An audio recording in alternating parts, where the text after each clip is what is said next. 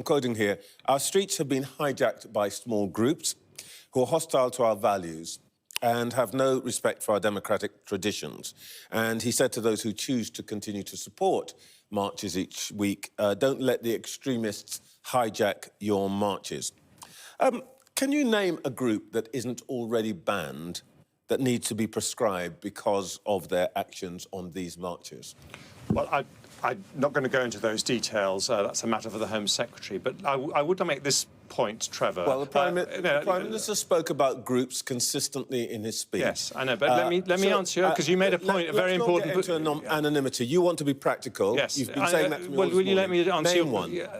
I said I can't give you the name of one. What I can tell you is that the vast majority of British Muslims want to protest peacefully and within the law, and they have every right to do so.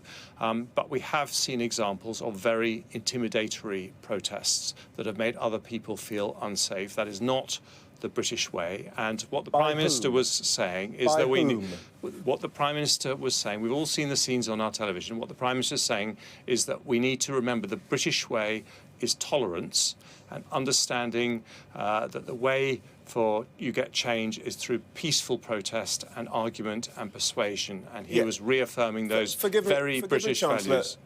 Forgive me, Chancellor, this is a very important point. Part of the British way is to be straight.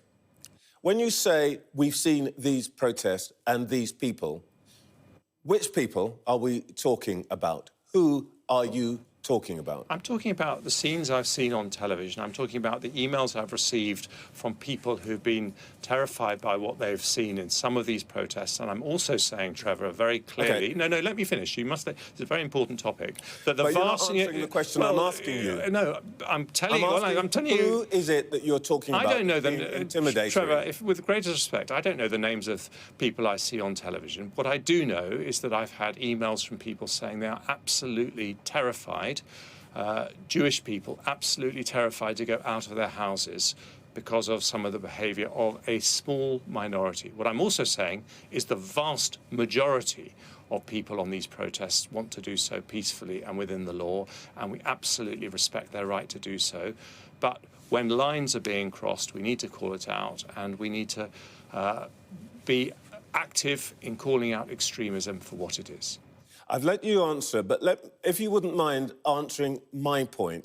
And the reason I'm asking this question is that when you and the Prime Minister speak of these anonymous forces or groups or organisations, it leaves people assuming that you must mean either anyone who has been on one of these marches or anyone who happens to profess the Muslim faith. If you know that this is happening, why can't you say what groups, and the Prime Minister specifically talks about groups and organisations, you mean? Trevor, with the greatest respect, and I really enjoy being interviewed with you, but it does feel to me like you actually weren't listening to what I just said.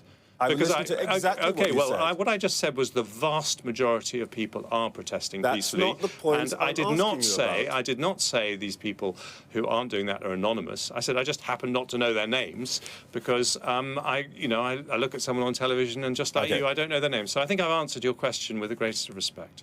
All right.